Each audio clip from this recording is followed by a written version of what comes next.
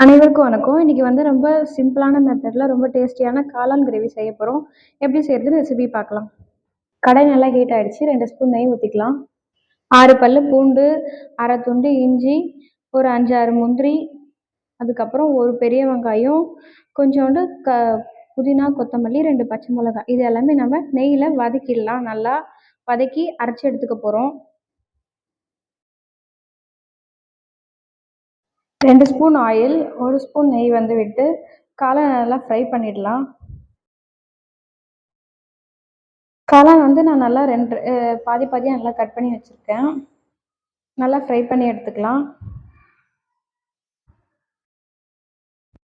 Already நம்ம வதக்கி அரைச்சி வச்ச பேஸ்ட்டை சேர்த்துக்கலாம். இதோட பச்சை ஸ்மெல் போகிற வரைக்கும் நல்லா வதக்கி எடுத்துக்கலாம்.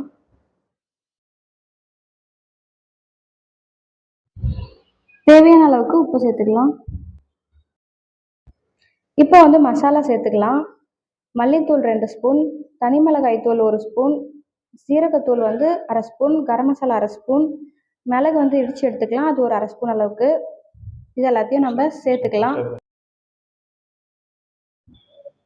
மசாலாவோட காளானை நல்லா நம்ம ஒரு 5 மினிட்ஸ் நல்லா கலந்து கொடுத்துட்டே இருக்கலாம். இப்போ வந்து நல்லா ஒரு கிரேவியோட கண்டென்ட்க்கு வரணும். அதுக்காக ஒரு கிளாஸ் தண்ணி ஊற்றி கொஞ்ச நேரம் ஒரு 5 மினிட்ஸ் வந்து சிம்மில் வைக்கலாம்.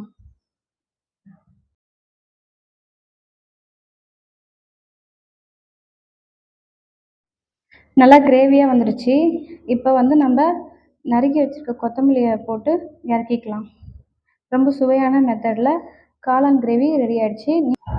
இதே மாதிரி நீங்களும் காளான் கிரேவி ட்ரை பண்ணி பாருங்கள். கமெண்ட் பண்ணுங்கள். சேனலை பிடிச்சதா சப்ஸ்கிரைப் பண்ணுங்கள், லைக் பண்ணுங்கள், ஷேர் பண்ணுங்கள். தேங்க்யூ.